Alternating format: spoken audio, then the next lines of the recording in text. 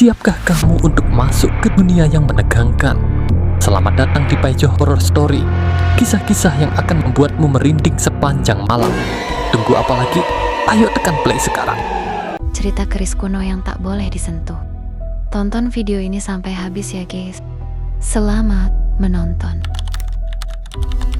Malam itu aku datang dengan niat yang sebenarnya agak nekat. Sebagai mahasiswa sejarah tingkat akhir, aku sedang menyiapkan penelitian tentang benda-benda pusaka yang memiliki riwayat panjang, terutama karis-karis tua yang dipercaya punya isi atau energi tertentu. Dosen pembimbingku sebenarnya sudah mengingatkan agar aku berhati-hati, karena beberapa benda pusaka tidak boleh disentuh sembarangan. Namun, setelah berhari-hari kesulitan mencari narasumber, aku akhirnya mendapat info tentang seorang sesepuh yang konon menyimpan sebuah keris langka yang tidak pernah diperlihatkan kepada siapapun. Namanya Pak Tarmo. Orang-orang desa di sekitarnya hanya menyebutnya Mbah Tarmo, seakan usianya sudah tidak terukur oleh waktu. Perjalananku menuju desa itu memakan waktu hampir 3 jam. Jalanan semakin lama semakin sempit, sampai hanya cukup untuk satu motor. Lampu jalan hilang sejak 1 jam sebelumnya, digantikan oleh rimeng-rimang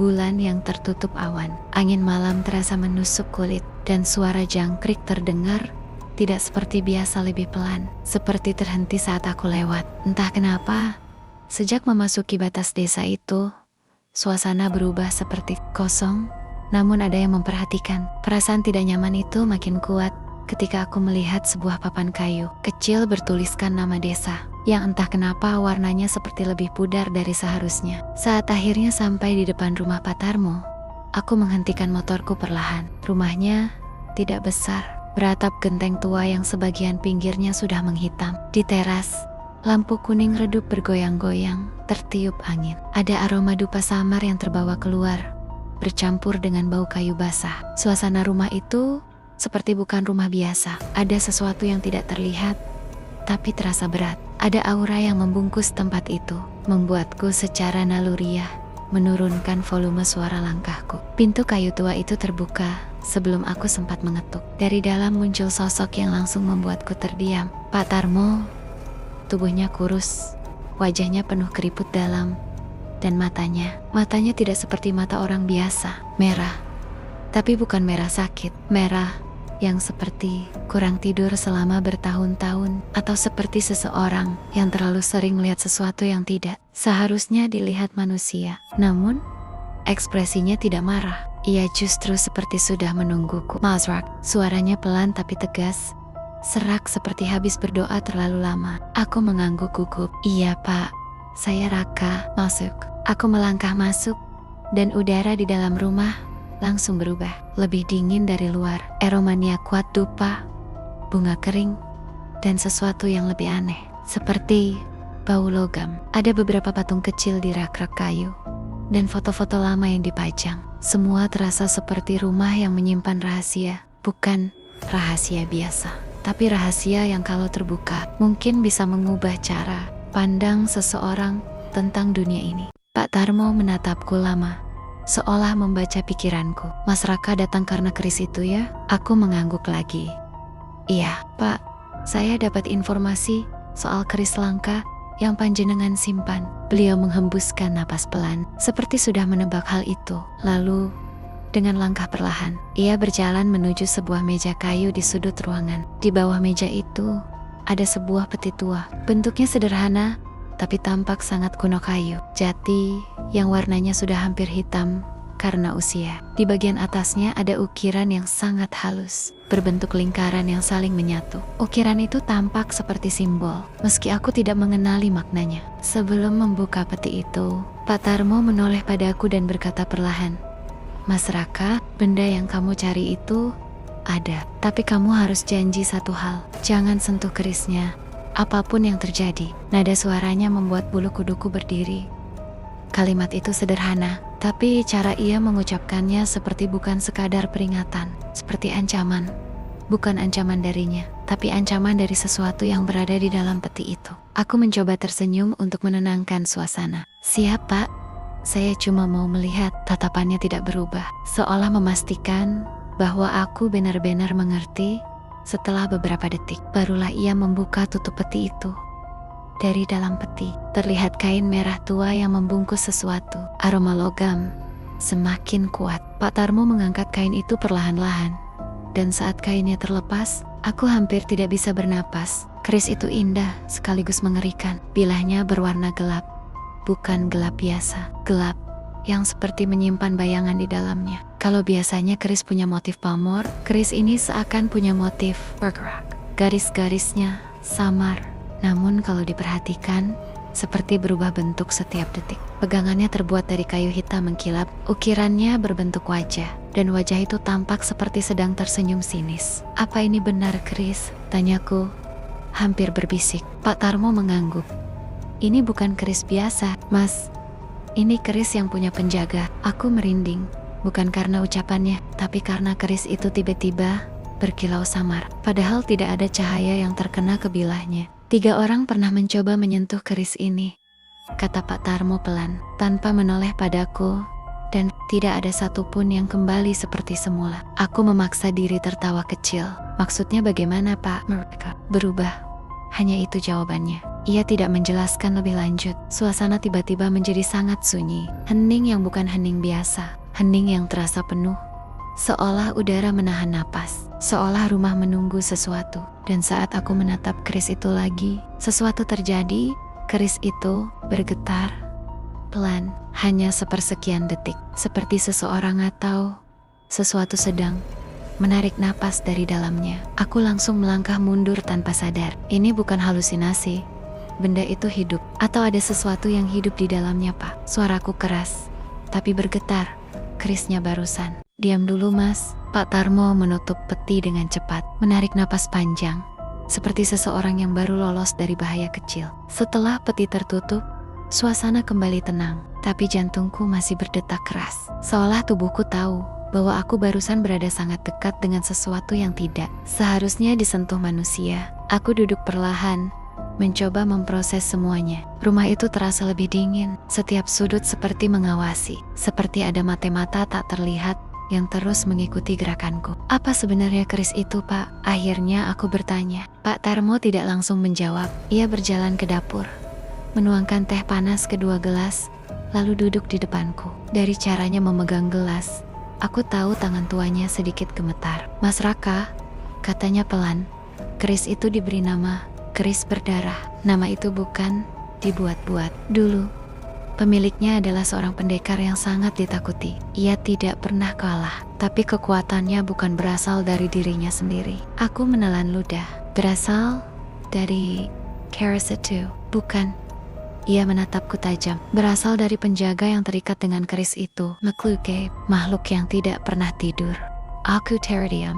Pendekar itu mati dibunuh secara kejam oleh orang-orang yang takut padanya. Tapi penjaganya marah, menuntut balas. Sejak itu keris itu membawa kutukan. Siapapun yang mencoba memiliki atau menguasainya akan dicari oleh penjaganya. Aku merasa tenggorokanku kering. Dan 3 orang yang panjenengan sebut tadi, Pak Tarmo menatapku lama. Sebelum berkata, 3 orang itu hilang, tidak ditemukan lagi. 1 hilang di dalam rumahnya sendiri, 1 hilang di hutan, dan 1 lagi ditemukan tapi bukan dalam keadaan hidup. Aku memejamkan mata sebentar, menenangkan diri. Tapi setiap kali aku mencoba mengambil napas panjang, bayangan keris itu muncul lagi di pikiranku. Seolah benda itu masih memanggil, menarik rasa penasaranku.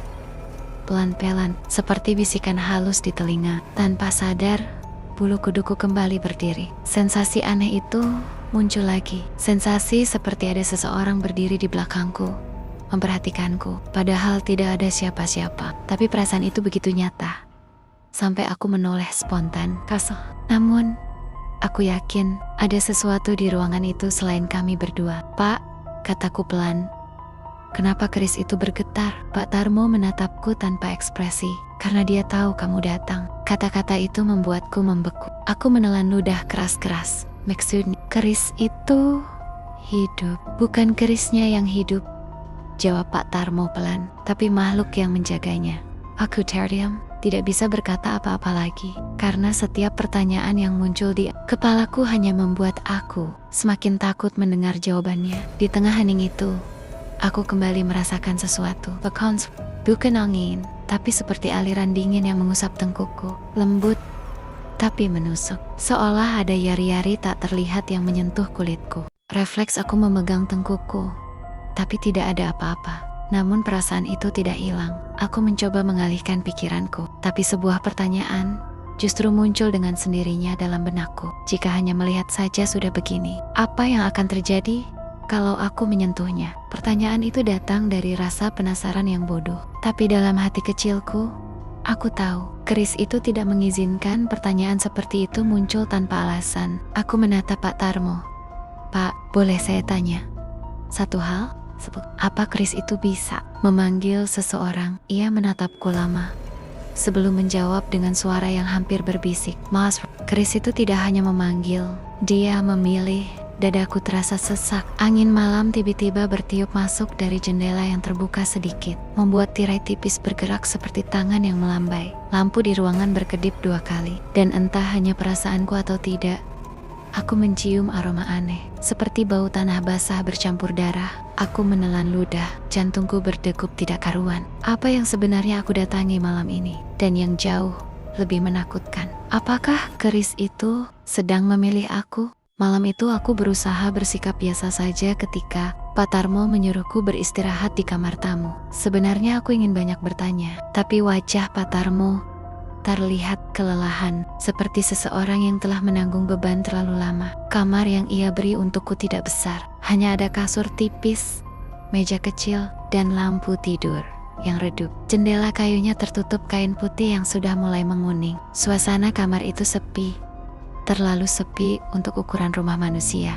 Seakan-akan tidak ada satupun suara dari luar yang berani masuk. Awalnya aku berniat tidur cepat, tapi pikiran tentang keris itu terus mengganggu. Rasa penasaranku benar-benar menguasai otak, membuatku gelisah. Aku tidak mengerti kenapa aku begitu terobsesi. Mungkin karena cara keris itu bergetar tadi, seperti benda hidup. Mungkin karena cerita Pak Tarmo tentang 3 orang yang hilang. Atau mungkin karena cara bilahnya memantulkan cahaya, membuat seolah-olah ada sesuatu yang bergerak di dalam logamnya.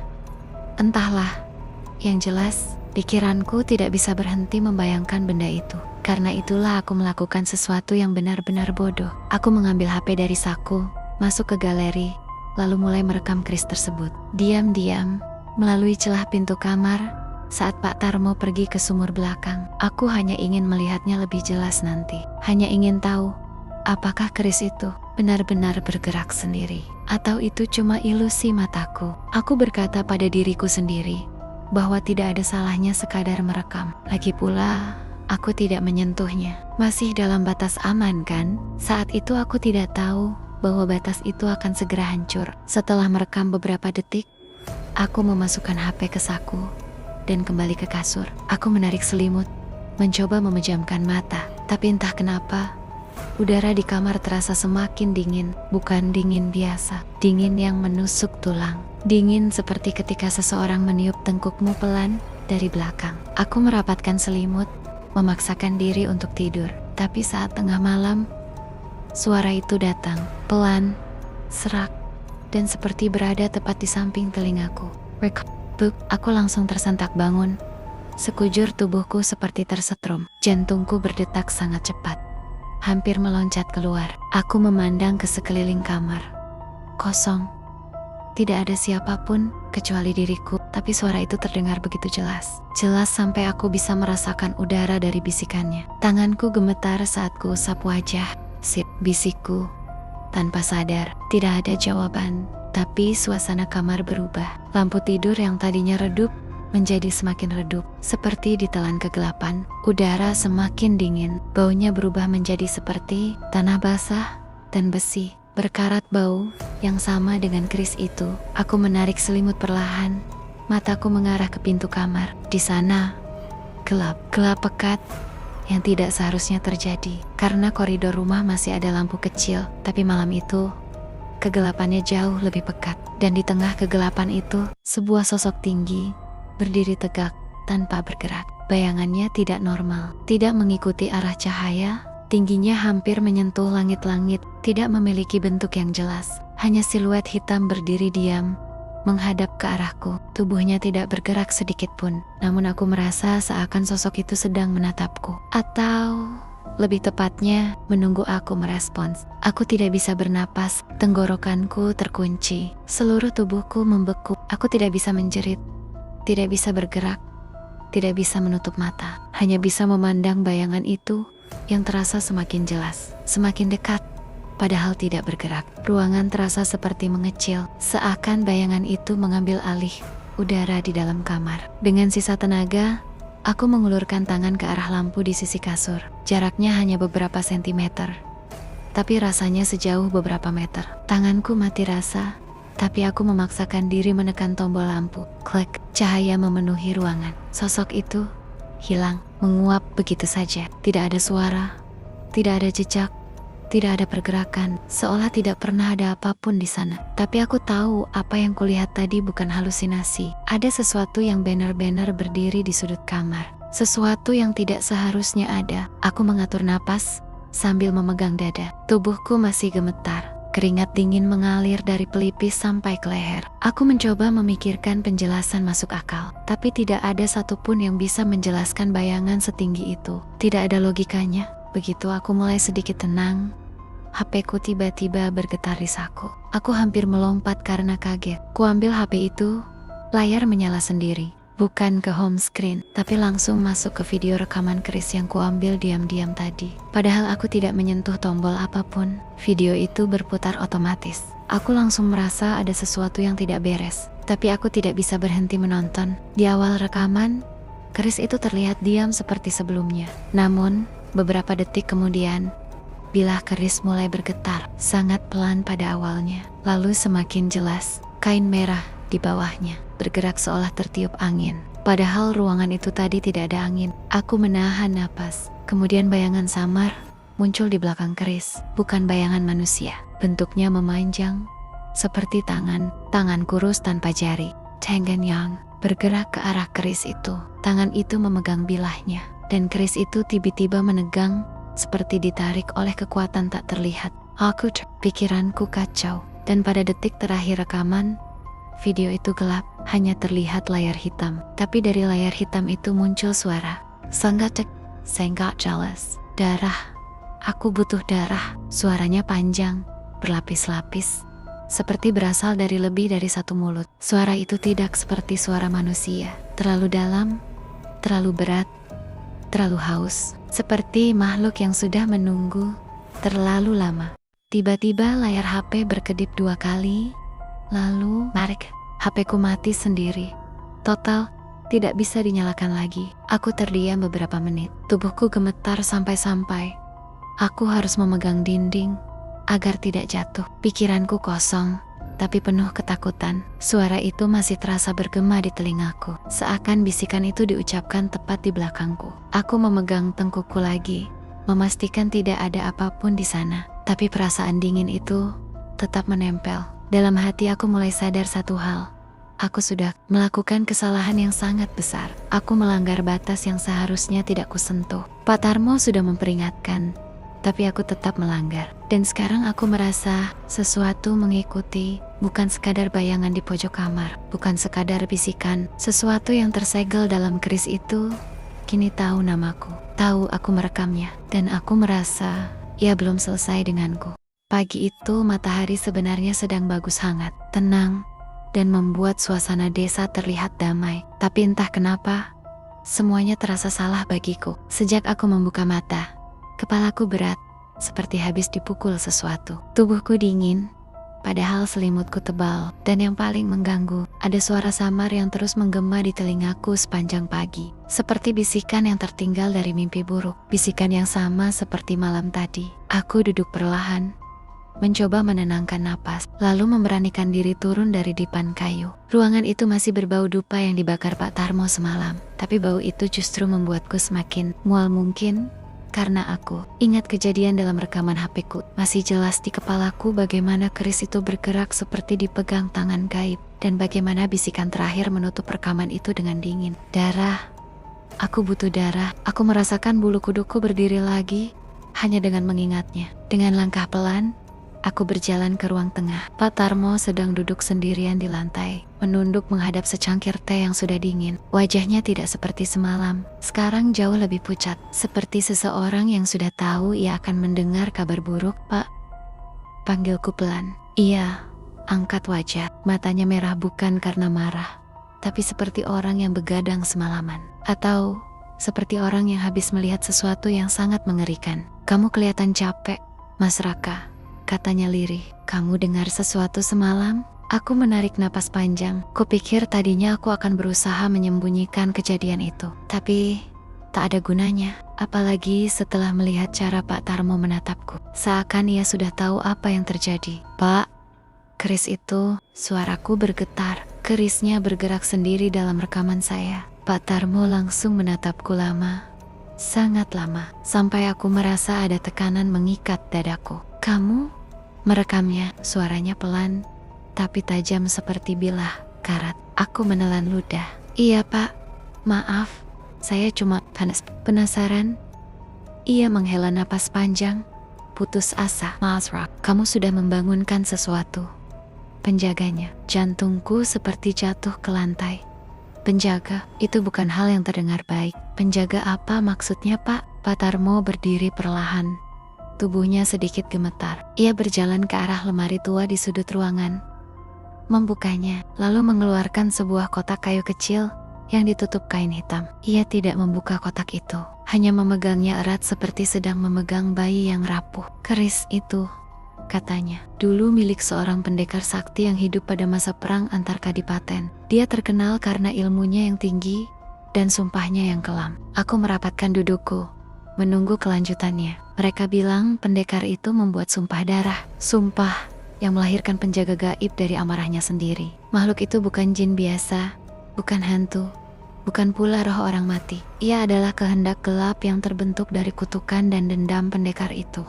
Aku mulai merasa tengkukku dingin. Ketika pendekarnya mati, terbunuh dengan cara yang sangat kejam. Mas penjaga itu kehilangan tuannya, tapi sumpahnya tidak ikut mati. Ia tetap hidup, mencari penebusan atau mencari orang yang mengusik tuannya. Pak Tarmo menatapku tajam, dan penjaga itu selalu menagih darah. Aku membeku. Pak, maksudnya kamu sudah memanggilnya, kata Pak Tarmo cepat. Tidak seharusnya kamu merekam keris itu, apalagi tanpa izin. Penjaga itu peka terhadap perhatian manusia. Dia bangkit ketika ada yang mencoba mengamati kerisnya terlalu dalam. Dan rekamanmu, itu sudah cukup untuk membangunkannya. Aku merasa dada sesak, tanganku dingin. Tadi malam, bayangan tinggi yang berdiri di sudut kamar. Apakah itu? Aku belum sempat bertanya ketika tiba-tiba pintu rumah berdentang keras. Suaranya seperti ada seseorang atau sesuatu menendang dari luar. P-R-A-A-K-K. Kami berdua langsung terdiam. Pintu itu bergetar. Meski tidak ada angin, suara dentangannya bergema ke seluruh ruangan, membuat lantai kayu ikut berderit. Aku spontan berdiri dan mundur beberapa langkah. Sementara Pak Tarmo menatap pintu itu dengan mata membulat ketakutan. B-R-A-A-K-K-K. B-R-A-A-K-K-K. Pintu itu seperti ingin jebol. Aku menahan napas. Rasanya seluruh isi perut naik ke tenggorokan. Jangan bergerak, bisik Pak Tarmo pelan. Sangat pelan. Dia sudah dekat. Suara langkah kaki tiba-tiba terdengar di luar. Berat, pelan, seperti kaki seseorang yang sangat besar sedang berjalan mengelilingi rumah. Setiap pijakan terdengar dalam dan membuat lantai di bawahku terasa bergetar sedikit. Dak, dak, dak. Langkah itu berpindah-pindah. Kadang berhenti tepat di depan jendela, lalu berputar ke sisi lain rumah. Suara itu tidak seperti manusia, terlalu berat, terlalu lambat, terlalu menghantam tanah seperti tanah itu tidak sanggup menahan bebannya. Aku hampir tidak bisa bernapas. Pak bisik, APA2. Pak Tarmo tidak menjawab. Ia buru-buru menutup semua jendela satu persatu, menurunkan tirai bambu, lalu mengambil sesuatu dari dalam saku. Bajunya selembar kain kecil, bertuliskan aksara Jawa kuno. Ia menempelkannya di salah satu tiang rumah sambil bergumam membaca doa. Langkah kaki itu berhenti. Hening, sangat hening. Bahkan suara angin pun hilang. Aku merasakan kulitku merinding sampai ke tulang. Kemudian suara lain terdengar. Suara napas yang dalam, berat dan basah. Seperti seseorang sedang berdiri tepat di belakang dinding, menempelkan mulutnya ke kayu. Heish, aku merinding bukan main. Suara itu bergerak pelan, menyusuri dinding rumah dari luar. Setiap kali ia berpindah, aku bisa merasakan udara di dalam rumah berubah lebih dingin. Seolah ada sesuatu yang menyedot hangatnya suasana dari dalam. Pak Tarmo berbisik, "Mas Raka, apapun yang terjadi, jangan panggil namanya. Jangan bicara padanya." Aku mengangguk cepat, meski seluruh tubuhku gemetar. Lalu tiba-tiba, langkah itu berhenti tepat di depan pintu lagi. Dan untuk pertama kalinya, suara itu berbicara. Suaranya dalam, serak, seperti suara seseorang yang tenggorokannya penuh darah. Pak, tubuhku langsung lemas. Itu memanggil namaku, memanggilku dengan sangat jelas. Aku menutup mulut, takut kalau napasku terdengar. Pak Tarmo menggenggam lenganku. "Jangan jawab, jangan lihat ke arah pintu." Tapi senggas, karena dari celah kecil bawah pintu, aku bisa melihat sesuatu. Bayangan hitam bergerak pelan, seperti ada kaki besar berdiri di sana, menunggu. Suara itu kembali memanggilku. Kali ini lebih jelas, lebih dekat. "Ra'a, Ka'a, buka." Aku bisa merasakan sesuatu di dalam kepalaku, seperti ditarik. Seolah suara itu mencoba menarik pikiranku ke arah pintu. Aku hampir melangkah tanpa sadar, tapi Pak Tarmo langsung meraih tubuhku dan menahanku. "Dia memikatmu," kata Pak Tarmo. Napasnya ketakutan. "Dia ingin kamu yang membukakan pintu itu. Kamu yang dia incar." Jantungku berdegup keras, sampai aku berpikir jantungku akan meledak kapan saja. Langkah itu bergerak mundur perlahan. Lalu Sanye, hanya beberapa detik setelah itu, ayam berkokok di kejauhan. Angin kembali berhembus. Suara alam kembali normal. Tapi meski semuanya terdengar normal lagi, aku tahu satu hal. Makhluk itu belum pergi, dan ia sedang menungguku. Malam itu adalah malam yang seharusnya biasa saja, tapi entah kenapa terasa begitu panjang dan menyesakkan. Setelah kejadian tadi sore, setelah suara menyeramkan itu memanggil-manggil namaku dari luar rumah, aku merasa tidak bisa lagi tinggal di sana. Setiap sudut ruangan terasa seperti memerhatikan, setiap bayangan seolah bergerak sendiri. Bahkan udara di dalam rumah pun terasa berat, menggantung seperti kabut gelap yang tidak mau pergi. Aku duduk sendirian di kamar tamu rumah Pak Tarmo, memandangi tas kecil yang sudah kupersiapkan sejak sore. Bajuku sudah terlipat, kamera sudah kumasukkan, bahkan charger HP pun sudah kugulung rapi.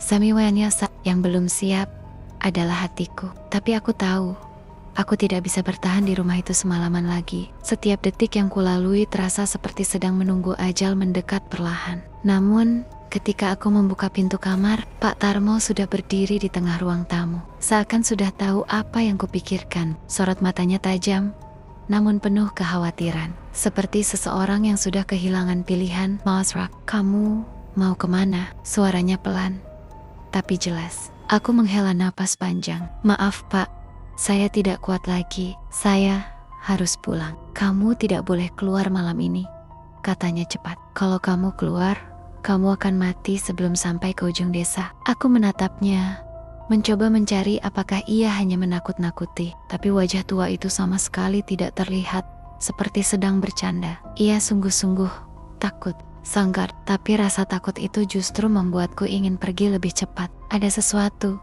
di rumah itu, sesuatu yang membuatku tidak ingin berada di dalamnya satu detik pun. "Pak," kataku tegas, "saya tidak mau membuat masalah. Tapi kalau saya tinggal di sini, saya bisa gila." Pak Tarmo menutup mata sejenak, menghela napas panjang. "Mas, makhluk itu sudah menandai kamu. Tinggal di sini atau lari, kamu tetap dalam bahaya. Tapi kalau kamu keluar rumah pada malam hari, dia akan langsung mencarimu." "Aku tidak mau tinggal diam saja," balasku cepat. "Aku harus keluar dari desa ini." Pak Tarmo tidak menjawab. Ia hanya memandangku lama, lalu perlahan memalingkan wajahnya ke arah pintu, seakan bisa melihat sesuatu menunggu di luar sana. Aku akhirnya memberanikan diri berdiri, memeluk tas kecilku, dan melangkah ke arah pintu. Tanganku sempat ragu saat memegang gagang pintu. Udara di rumah itu tiba-tiba terasa lebih dingin, seakan ada sesuatu yang tidak ingin aku menyentuh pintu itu. "Mas Raka," suara Pak Tarmo terdengar seperti bisikan lemah. "Jangan buka pintu itu." Tapi telapak tanganku sudah mendorongnya lebih dulu. Pintu terbuka, dan udara di luar seperti berubah menjadi es dalam satu detik. Aku terdiam, tidak bisa bernapas. Angin malam yang biasanya terasa lembut kini seperti menusuk kulit, membuat bulu kuduku berdiri tanpa ampun. Suara jangkrik yang tadi terdengar sayu pun tiba-tiba menghilang, seakan seluruh alam menahan napas. Halaman depan rumah Pak Tarmo terlihat lebih gelap dari biasanya. Pohon-pohon jati yang berdiri di pinggiran halaman tampak seperti bayangan raksasa yang sedang menyeringai. Lampu gantung di teras rumah berkedip-kedip, seperti akan mati kapan saja. Tapi semua itu bukan hal yang membuat tubuhku membeku. Yang membuatku benar-benar kehilangan kata adalah sosok yang berdiri di tengah halaman, bayangan hitam setinggi hampir 2 meter. Tubuhnya kurus, sangat kurus, seperti hanya kulit yang merekat langsung di tulang. Bahunya panjang menjulur, lengannya hampir menyentuh tanah. Daun matanya, 2 bulatan merah menyala yang terlihat seperti bara api yang baru ditiup. Tubuhku langsung kaku, seluruh ototku seakan berhenti bekerja. Itu makhluknya, penjaga gaib dari keris itu. Makhluk itu tidak bergerak, hanya berdiri diam seperti patung, tapi tatapannya menusuk tepat ke arahku. Aku bisa merasakan sesuatu dari mata itu: kebencian, kelaparan, amarah, dan sesuatu yang lebih buruk, seperti rasa memiliki. Seolah aku sudah menjadi miliknya sejak aku menyentuh kamera untuk merekam keris terkutuk itu.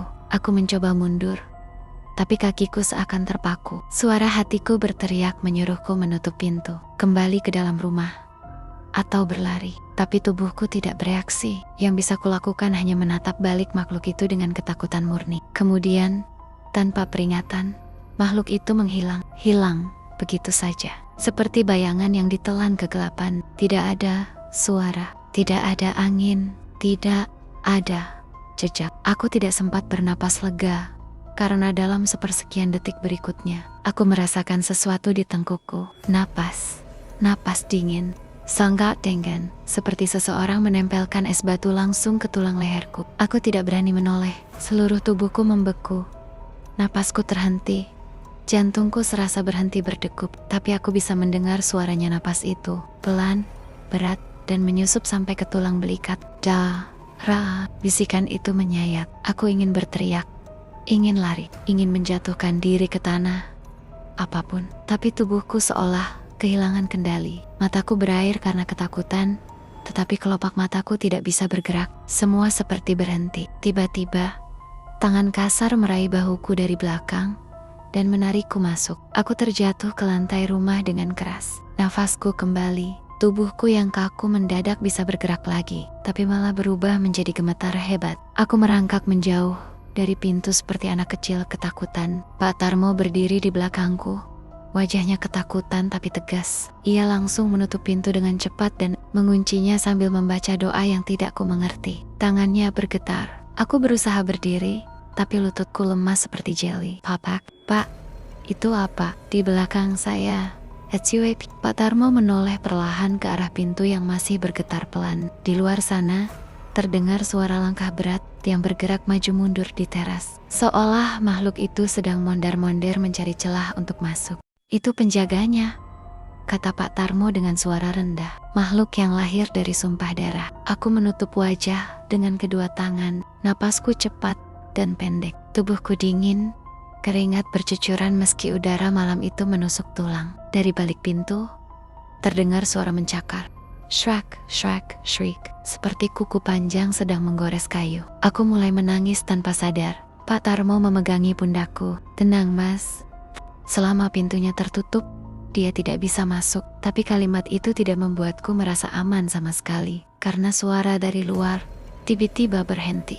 Hening sekali, bahkan lebih hening dibanding sebelumnya. Lalu, perlahan, bayangan hitam setinggi 2 meter terlihat dari balik kaca kecil di atas pintu, menatap masuk ke dalam rumah, dan di tangannya ada keris yang sama yang kulihat di rekaman, keris yang seharusnya masih ada di dalam peti. Aku langsung pingsan saat itu juga. Dengan pikiran terakhir yang muncul adalah satu hal: jika makhluk itu bisa mengambil kerisnya kembali, semua batas sudah hancur dan nyawaku tinggal menghitung waktu.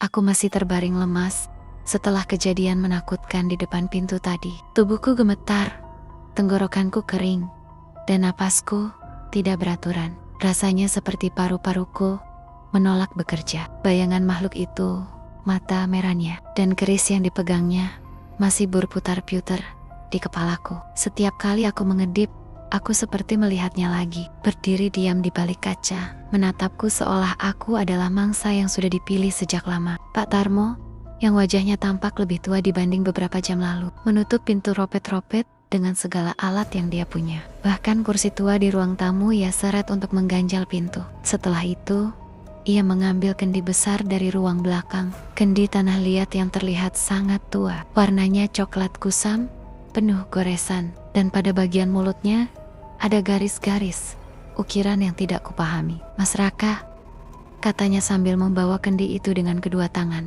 "Duduklah, diam, jangan bergerak."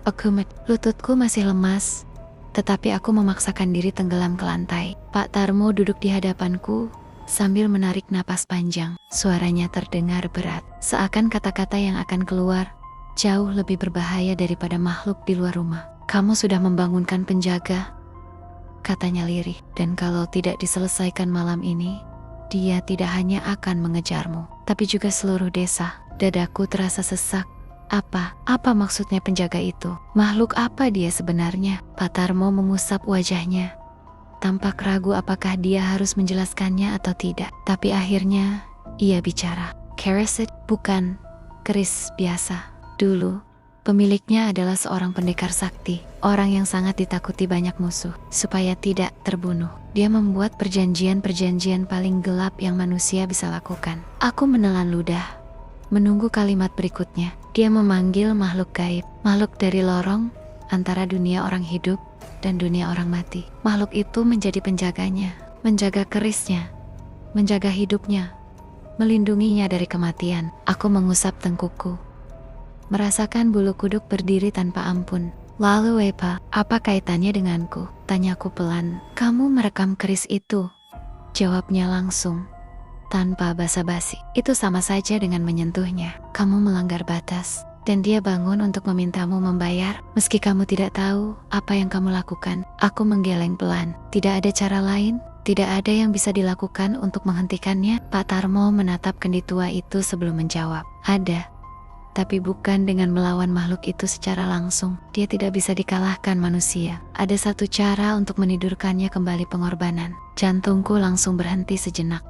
Suaraku bergetar. "Pengorbanan? Maksudnya?" Pak Tarmo cepat mengangkat tangan. "Bukan, manusia tidak perlu mengorbankan orang," katanya menenangkan, meski wajahnya tetap sangat tegang. "Pengorbanan yang dimaksud bukan nyawa manusia." Aku menghela napas berat, tapi rasa takut tidak berkurang. "Lalu apa yang dikorbankan?" "Benda yang terikat dengan keris itu," jawabnya. "Sesuatu yang menjadi kembaran atau sermenan, atau pengikatnya. Kalau benda itu dihancurkan, maka kutukan akan berhenti." Aku mengerutkan dahi.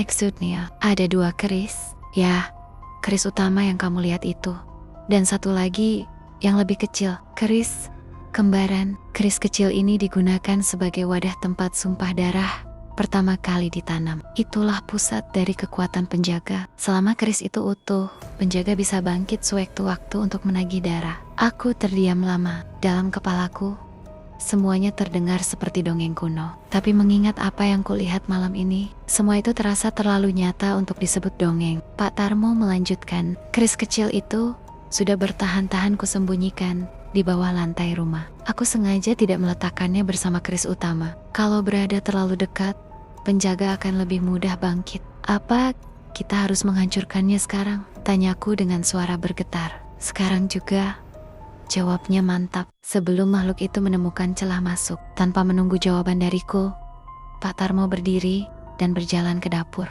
Ia mengambil linggis yang disandarkan di sudut ruangan. Tanpa sepatah kata, ia mulai mencungkil lantai kayu rumahnya. Suara kayu yang terangkat, serpihan-serpihan kecil beterbangan, dan debu dari bawah lantai membuat suasana jadi semakin menegangkan. Aku membantu semampu yang bisa. Tangan-tanganku gemetar, tapi aku terus memegang lantai agar Pak Tarmo bisa mengangkat papan kayu itu sepenuhnya. Di bawahnya ada tanah gelap lembab, seperti baru terkena hujan. Pak Tarmo berlutut. Dengan tangan telanjang, dia menggali tanah itu. Setiap genggaman tanah yang ia angkat mengeluarkan bau aneh, campuran antara tanah basah dan sesuatu yang tua sesuatu yang seperti lama terkubur. Tidak lama kemudian, tangannya menyentuh sesuatu yang keras. Ia menarik napas dan mengangkat benda itu perlahan. Benar, sebuah keris kecil. Ukurannya tidak lebih besar dari telapak tangan anak kecil. Dibungkus dengan kain merah yang warnanya sudah hampir coklat karena usia. Kain itu basah di beberapa bagian, seakan menyerap kelembapan dari tanah. Aku mundur setengah langkah tanpa sadar. Keris itu terasa berbeda. Meski kecil, auranya kuat. Aku bisa merasakan sesuatu yang gelap dari benda itu. Seperti ada mata yang memperhatikanku dari balik lipatan kainnya. Pak Tarmo berdiri dan berkata dengan suara rendah, "Ini dia, pusat kekuatan penjaga." Tanpa berpikir lama, ia meletakkan keris kecil itu di atas lantai kayu. Lalu ia mengambil palu besi besar dari lemari. Wajahnya berubah lebih tegang dari sebelumnya. "Mas Raka, duduk di pojok itu. Jangan bergerak apapun yang terjadi." Aku mengangguk pelan dan mundur sambil memeluk diriku sendiri. Pak Tarmo mengangkat palu besi setinggi bahu. Tepat saat ia bersiap memukul, dari luar rumah terdengar suara. Suara langkah kaki, berat, sangat berat, mengerikan. Shrek duck, Shrek duck. Langkah itu mengelilingi rumah seperti makhluk itu tahu apa yang akan terjadi. Lampu di ruang tamu berkedip. Udara menjadi dingin. Semua suara alam menghilang. "Pak, cepat!" bisikku ketakutan. Pak Tarmo mengangguk tegang. Lalu ia mengayunkan palu besi itu sekuat tenaga. Tak, keris kecil itu tidak pecah, tapi terdengar suara seperti logam menjerit. Dan bersamaan dengan itu, terdengar jeritan panjang dari luar rumah. Jeritan bukan suara manusia. Suaranya menggema, menembus dinding rumah, bahkan menusuk sampai tulangku. Aku menutup telinga, tapi jeritan itu tetap terdengar, seolah datang dari dalam otakku. Pak Tarmo mengayunkan palu lagi. Dak dak dewek. Rumah bergetar hebat. Piring di dapur jatuh sendiri. Kursi bergeser. Lampu mati total, menyisakan kegelapan mutlak. Dari luar terdengar suara angin berputar kencang, seperti ada pusaran angin tepat di atas rumah. Aku tiarap sambil gemetar. Pak Tarmo terus memukul tanpa henti, sampai akhirnya keris kecil itu pecah. Sepersekian detik setelah pecahnya keris kecil itu, semua suara lenyap. Jeritan berhenti, angin berhenti, getaran berhenti. Rumah menjadi sangat hening. Perlahan, lampu menyala kembali, dan udara kembali normal. Aku perlahan mengangkat kepalaku. Pak Tarmo duduk terkapar di lantai, kelelahan. Tetapi ia tersenyum kecil. Penjaganya sudah pergi. Aku bangkit perlahan dan menatap pintu. Bayangan hitam yang tadi berdiri di sana sudah tidak ada. Yang tersisa hanya bau tanah basah dan darah tipis di ujung pintu. Seolah makhluk itu meninggalkan tanda terakhir sebelum menghilang. Aku menelan ludah dan menatap Pak Tarmo. "Jadi, semuanya sudah selesai untuk sekarang," katanya. "Berat, tapi ingat baik-baik, Mas Raka, keris utama itu tidak boleh disentuh selamanya." Aku mengangguk, meski dadaku terasa berat, karena jauh di dalam hati, aku merasakan sesuatu yang tidak bisa kuabaikan. Keris itu seperti masih memanggilku, pelan, jauh, tapi nyata, seakan menunggu. Dan aku tahu, suatu hari nanti penjaganya bisa bangkit lagi. Terima kasih telah menonton Paijo Horror Story. Jangan lupa like, komen, dan subscribe. Tunggu cerita seram berikutnya.